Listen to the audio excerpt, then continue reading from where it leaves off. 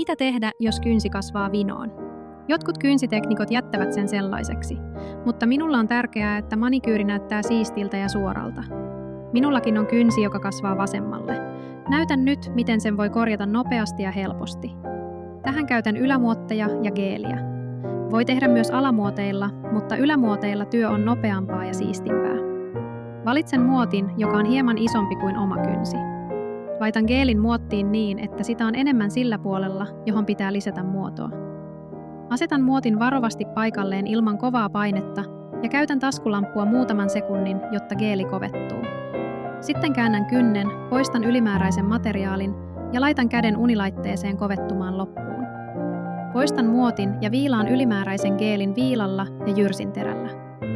Lopuksi lisään vielä vähän geeliä päälle, jotta saan oikean apiksin. Valmis. Tämä vie vain pari minuuttia ja lopputulos on paljon siistimpi. Kynnet näyttävät suoremmilta ja kauniilta.